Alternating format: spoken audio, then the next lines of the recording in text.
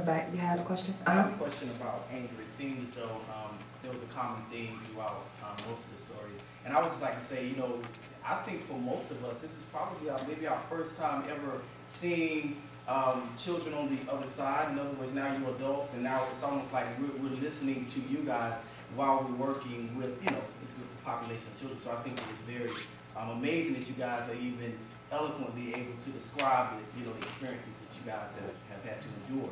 My question would be about anger. How would you say a social worker or a therapist should or could reach towards a child's anger? You know, a 13 or 14, 15-year-old boy or girl who is extremely angry, as you guys alluded to. How do we reach that part?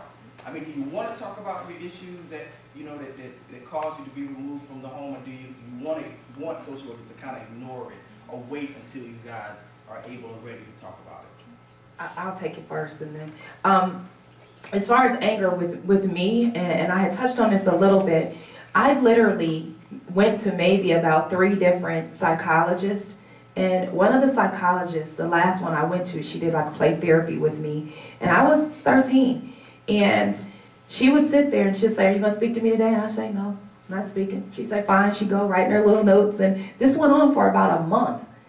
Then finally, she discovered that my favorite game in the world was Monopoly. So she laid out Monopoly and sat and said, "I have Monopoly." And I'm like, man, I don't want to play with her, you know, but this is Monopoly, you know. So I'm sitting there and we're playing Monopoly and we're talking and everything. And the point was, behind that story was that one of the things, I was so angry that I would literally break things in my foster mother's home on purpose. I mean, I was just completely just this angry child. And they reached me by really focusing in on something that I was really interested in. And I had hit on that earlier with the social worker and me not wanting to speak to him and him asking me about knitting. Now, this was a man, by the way. I don't know if I mentioned as a man. I don't think he cared about knitting. It was okay if he did, if you have any men knitters in the room. But I think that tapping into, and this is just me, tapping into some of the things that they liked, that we like, and I always say we like to do. But also, she said something that was really important, Tanisha did, which was taking the labels out of it. Them feeling as if they're labeled, like, oh, you think we're bad, so I'm just gonna sit here, and not letting them, even if you think it, not letting them really know you think it, and showing them that you care, because that's the one thing with the 2 workers. Now, I've had several workers, unfortunately, well, you know, like you didn't, but I had several workers, but the thing about it is, out of those workers that I had, only 2 stood out my whole entire life. And the 2 that did was the ones that didn't come in labeling me, was the ones that took an interest in my life outside of being in foster care. And that's what made me break through. Now, I don't know about these 2 here, but. I was very angry. I was violent, coming from an abusive home. My communication was, if you hurt me, I hit you. And it didn't matter if you was a peer, it didn't matter if you was a staff, it didn't matter who you were. And that's how I communicated. I didn't know no other way. And then going into a group home and seeing all that I saw, I didn't trust any adults, so I had no respect for them. But they, like Tasha would say, there's always that 1 or 2 that stand out. And we may be yelling and screaming, but we're watching you. We may be yelling and cussing you out, but we hear you. And we may not ever tell you until now. I have one of my staff members that I invited outside for a fight, called All Types of Bees and everything. She sits on my board today because I went back and told her that I heard her. And when the time came for me to use her advice, I heard her. And she never gave up on me. Through the cussing, through all of that, she stood right there, and I watched her. And I watched her actions match her words.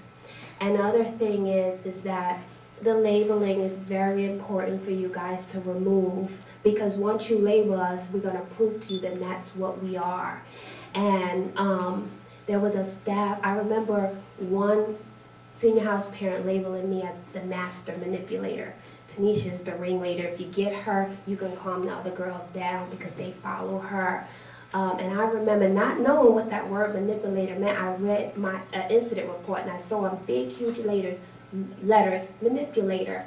And I was 12, so I didn't really know what the word meant, but I was angry, and I knew that was going to get me in trouble. So I went to the social worker of the group home, and I said, I can't believe this B called me a manipulator, and then I'm going on. He said, do you know what a manipulator is, Tanisha? And I said, no, but I know it's not good.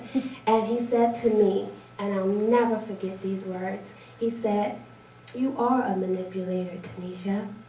He said, do you know what a manipulator is? Do you know what a manipulator does? He said, I've never met one manipulator in my life who never reached their goals, who never achieved anything in life. He said, you could take it for good or you could take it for bad. He said, you have the ability, Tanisha, to get anybody to do what you want them to do. Now, you either use it for good or you use it for bad. You can get them to do bad things or you can get them to do good things. I'll never forget him saying that. I didn't say nothing to him, but I didn't know the influence that I had over people until I started to see it myself.